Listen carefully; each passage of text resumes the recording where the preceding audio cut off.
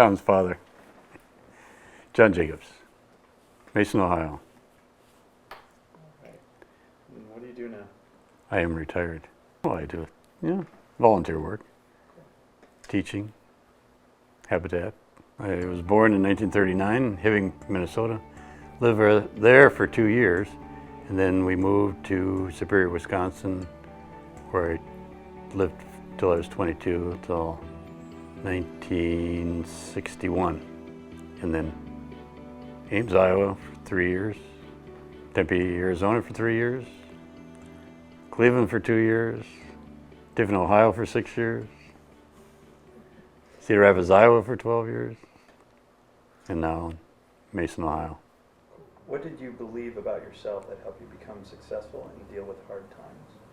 Well, you had the tools and the knowledge to get through the whatever it was you might have presented. Because there were times in getting the degree that we had setbacks.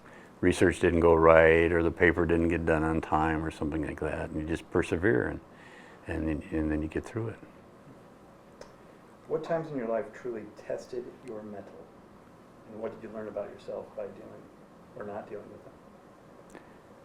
Well, probably the hardest thing was the open heart surgery in '61. I got notified that there was an opening about a week before graduation from undergraduate, which meant if I wanted to take it then or have it, have it done then I would miss graduation from high school. So we went through with it, and then to finish that up over the summer. So again, that meant the summer, because it was already set up for graduate school.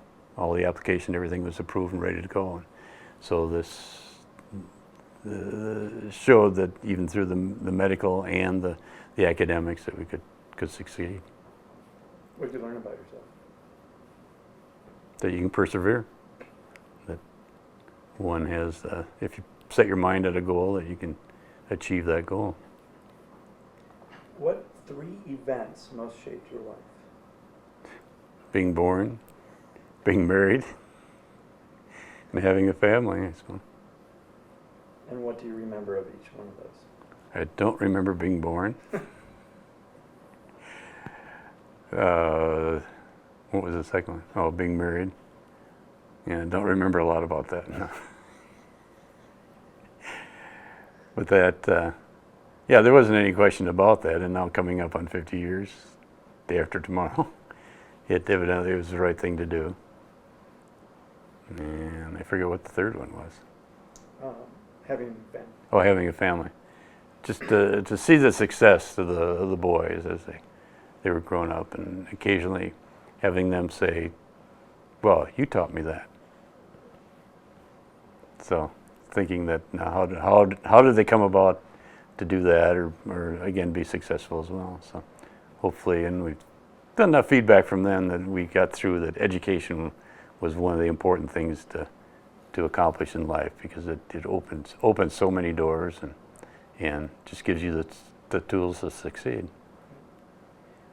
What do you remember about when each one of us was born? When each one was born?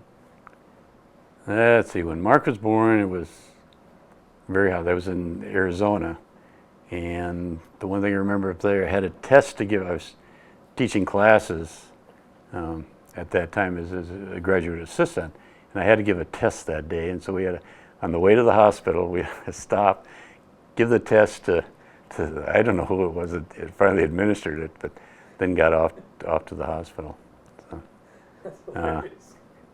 and when Dan was born, the second one, that was in Euclid, Ohio, because I had Mark take care of Mark. Went back to the apartment and managed to fall asleep.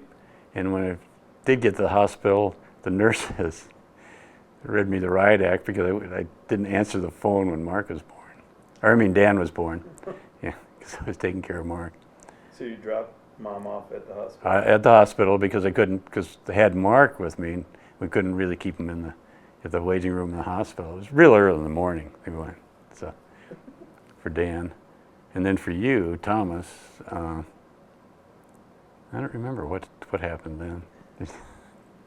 I was at the hospital, but that was a time, I think the beginning of the era where the husband could be in the waiting room and there's absolutely no way I was going to be. I mean, in the delivery room. There's absolutely no way I was going to be in the delivery room. These kids were born, so. But just more thankful that all the births were healthy, and keep an eye on the road ahead and do your best. And again, do your best with the talents that you have available. Seek those things that interest you, and I don't think any of you have gotten into dead-end jobs that you said, this is not something I want to do for the rest of my life. Or maybe you've been in that particular situation, but have had the wherewithal to get to a situation where you said, yes, this is something I would like to do the rest of my life. Tom is our entrepreneur. There's so many things came down the road that he